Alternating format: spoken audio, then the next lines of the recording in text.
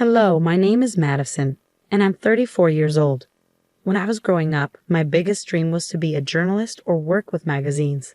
I loved writing and was good at keeping up with trends. So it wasn't surprising that I decided to study journalism and media in college. After I graduated, I worked for several companies, but none of them were the big famous ones.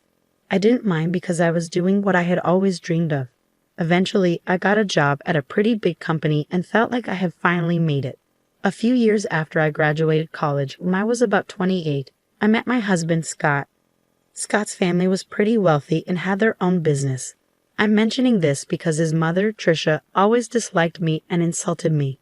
She thought I wasn't good enough for him and that I shouldn't have married him. Scott and I dated for about 3 years before we decided to get married. As I mentioned, Scott's mom, Trisha, didn't like me. She always put me down and made fun of me for working at a magazine and having a journalism degree.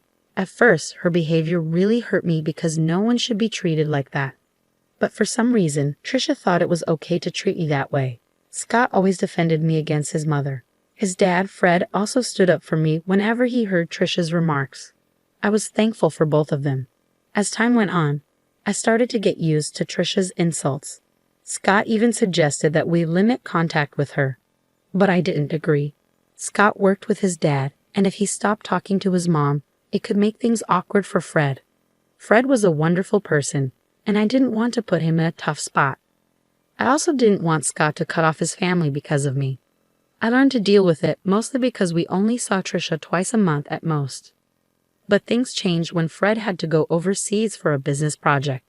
Trisha didn't want to be alone, so Scott and I agreed to let her stay with us until Fred returned. I had a bad feeling about it, but I believed that family should always come first. Living with Trisha was really tough. She constantly nitpicked and criticized everything I did, and the insults never seemed to stop.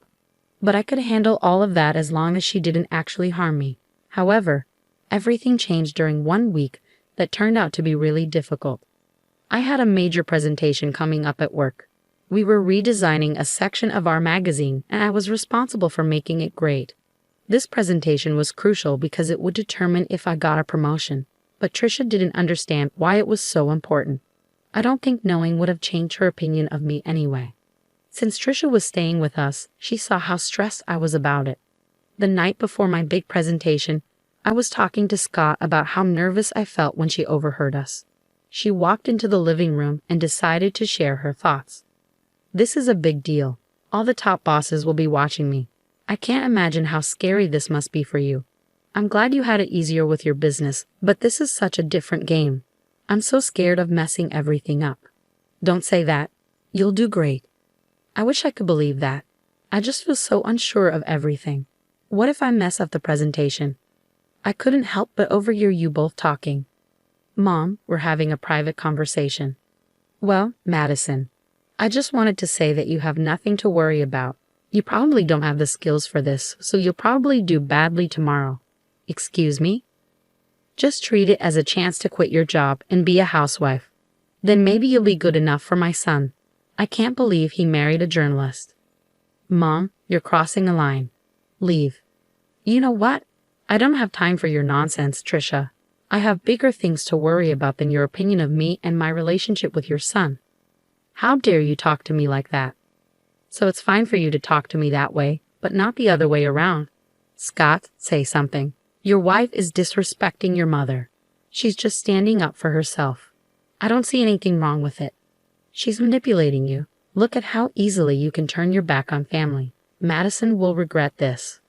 I was furious at Trisha for barging into Scott's and my conversation and insulting me so blatantly. Scott tried to apologize for his mother's behavior, but I stopped him. He wasn't responsible for her hurtful words. After that, we decided to call it a night and went to sleep. I was too focused on everything else to even think about Trisha's threat towards me. I figured she would just continue tormenting me, which honestly, I didn't care about at that moment. Dealing with her could wait until after my presentation. The next day, I hurried into work with my laptop, ready for my presentation. But when I opened it, I realized something was terribly wrong. All the files on my desktop were gone, and my laptop had been reset. I started to panic. I had emailed the presentation to myself, so I tried to calm down. But when I logged into my email, I saw that all my emails were deleted, even from the trash. My heart sank and tears filled my eyes. I felt an overwhelming fear. I had to explain everything to my boss, who was not happy. He yelled at me for a while before telling me not to bother with the presentation because he had someone else do it in case I messed up. I knew then that any chance for me to advance in the company was gone. I couldn't believe this was happening. I rushed home in tears. Scott hadn't left for work yet, and when he saw me, he took the day off to be with me. He held me as I cried, and when I calmed down a bit, he asked me what happened. "What's wrong, honey? Did the presentation not go well?" "There was no presentation, at least not one that I gave." "Huh? What do you mean? You put so much effort into preparing for it. You hardly slept those past few days because you were working so hard." "I know, but when I got there, I opened my laptop and found out that everything had been deleted." "What? How did that happen?" "I don't know. It was really embarrassing and humiliating to have to explain it to my boss." "Wait, did you not back it up somewhere else?" "Yeah, I emailed it to myself, but even my inbox and trash were emptied."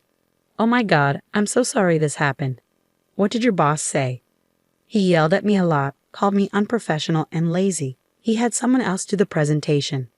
"But you still have your job, right?" "Yeah, but I'm stuck in this position. I can't move up or get promoted.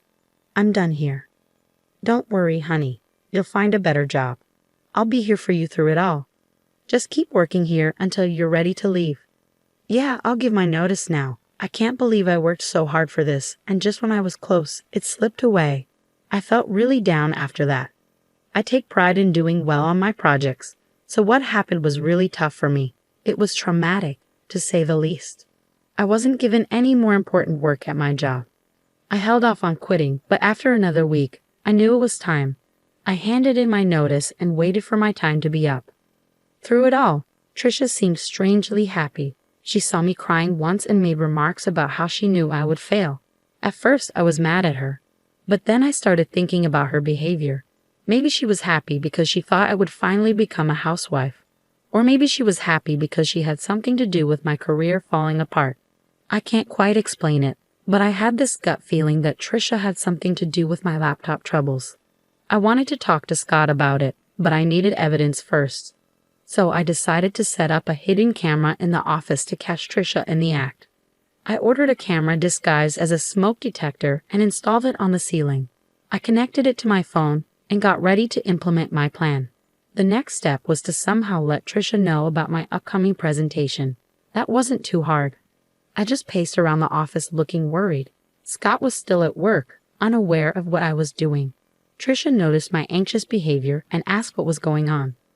"What's wrong? Are you stressed about another project?" I need to tell someone. Since you asked, I've been given another chance to present my work, and it could lead to a raise." "Oh, really?" "Yeah, and I'm really nervous because this is my last chance to get things right, and I have to do it well." "Why aren't you telling Scott? Is it because you're embarrassed about your job?" "No, it's because I don't want to disappoint him again. Just keep it between us, okay? I'm not promising anything, but it'll be interesting to see what happens tomorrow." "Why do you always want me to fail? I just think you'd be better off as a housewife. It's less embarrassing than what you're doing now." "I don't have time for this, and I don't care what you think. Please leave me alone so I can practice my presentation before Scott gets home." Trisha left, but not before giving my laptop a look and smirking at me. I had a feeling something was up. I stayed in the office a little longer, only leaving when Scott came home. Trisha didn't mention my presentation, but she kept smirking at me during dinner. After we went to bed, I checked the footage from the hidden camera on my phone, keeping an eye out for any movement. Scott and I watched a few episodes of our favorite TV series as usual. There wasn't any action until midnight when Trisha entered the office. I quickly showed Scott what was happening on my phone. He seemed puzzled at first, but then he saw Trisha messing with my laptop until it shut off and restarted. Scott looked at me shocked. I explained what I had done, and he was furious with Trisha. Trisha was still in the office, snooping through my files. Scott got up and stormed into the office. He flung the door open, and Trisha looked startled when she saw him. Scott tried to stay calm and asked her what she was doing. "What are you doing in here, Mom?" "Oh, nothing." "Really? Then why is Madison's laptop still open? Are you accusing me of going through her stuff?" I think you did more than that, Mom. Firstly, I came in here because I thought this room needed tidying up. And secondly, you know your wife isn't forgetful. She wouldn't leave her laptop open. You wanted to clean the office at midnight, and don't talk about Madison like that. Don't talk to me like that. I'm still your mother. Yeah, my mother who loves to hurt and sabotage my wife. What are you saying? We caught you on camera resetting Madison's laptop. You were spying on me? No, we just wanted to make sure that what happened to Madison wouldn't happen again. That's disgusting. How could you film me without my consent? I didn't put cameras in your room. I put one in my office, and you went in there without my permission. And even if it was wrong, it's nothing compared to what you did to Madison. I want you out of our house tomorrow. But I'll be all alone, Trisha protested. I don't care. I don't want to talk to you. The next morning, Trisha tried to delay things by helping with breakfast and washing dishes, but Scott wasn't having it. As soon as she finished, Scott came down with her bags and told her he'd packed for her and ordered her an Uber.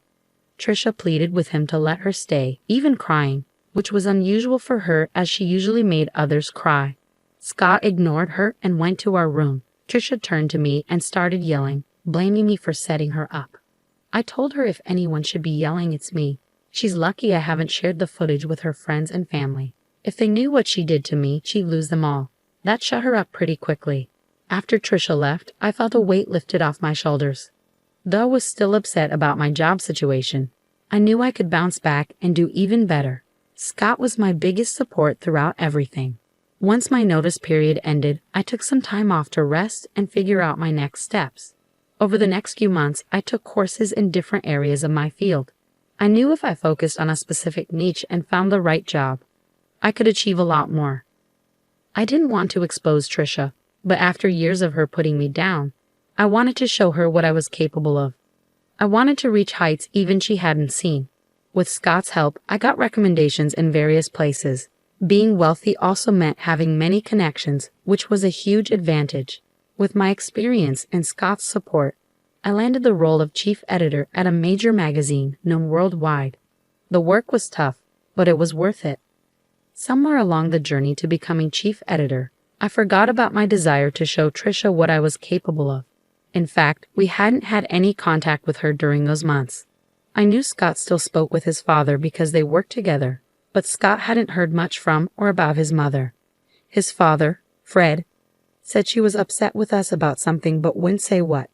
At least Trisha took my warning seriously, but I knew I have to see her eventually, and it turned out my company was throwing a huge party with lots of big names invited, including Trisha and Fred.